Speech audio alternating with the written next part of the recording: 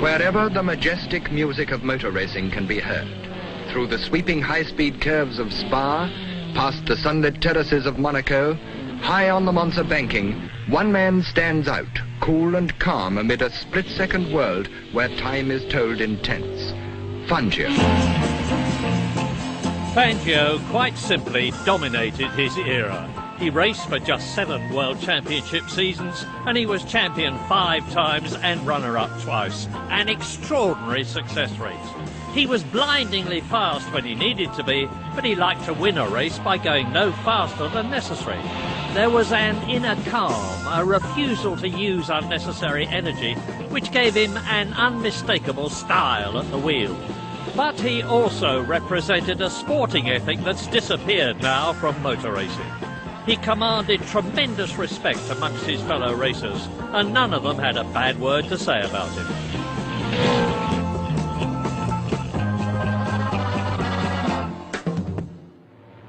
Born of humble parents in rural Argentina, he learned his craft in the hard school of long-distance South American road racers, driving self-prepared American sedans.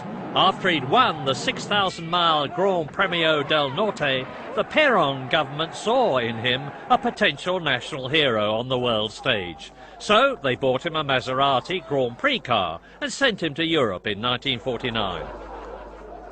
In the Maserati, he won at once, and in 1950, he was hired by the all-conquering Alfa Romeo team.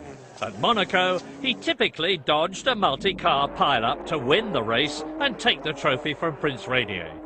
1951 was Fangio's first Grand Prix glory year. Win after win in the supercharged Alfa 158 gave him his first World Championship and a hug from Alberto Ascari. Then, at the start of the 1952 season, came the one bad accident of his career, in a non-championship race at Monza, where he broke his neck and was out for the whole season. He returned at the height of Ascari's domination for Ferrari, driving the more fragile Maserati, and in a frantic last-lap battle, beat Ascari to win the Italian Grand Prix at the end of the season. Fangio was politically astute and always drove the best car. In 1954, it was Mercedes-Benz, and he spearheaded their almost total domination for the next 2 seasons, winning 2 more world titles. Then he signed for a single year with Ferrari and was champion again, before returning to Maserati in 1957. At 46, he was still top man. Senor Fangio, to me, the greatest of your 24 World Championship victories was the 1957 Grand Prix at the Nürburgring. You led the Ferraris of Hawthorne and Collins. You had to stop unexpectedly. What can you remember of the race? Quella volta io dovevo fermarmi al box. On that particular occasion, we'd practiced pit stops and we'd achieved a tyre change time of 30 seconds. However, when I actually stopped in the pits on that occasion, the tyre change took those 30 seconds plus another 48. I went out onto the track in an attempt to catch the 2 in front of me, and I didn't think I had a chance.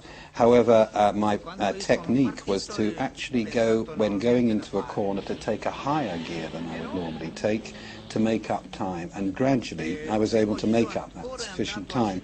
I had an advantage because the 2 drivers in front of me, Hawthorne and Collins, didn't really think I was going to catch them up. But when I saw them in front of me, I went for them. Carving chunks off the lap record, he sensationally made up 3/4 of a minute on the Ferraris and passed Collins and then Hawthorne in one of the greatest Formula One drives of all time. It was a sensational victory, and afterwards the normally placid Fangio said he'd never driven so hard in his life and he hoped he'd never have to do so again. The following year, the master retired, living on as the revered elder statesman of Formula One, a byword around the world for motor racing genius. For me, he will always be El Maestro, the greatest of all time.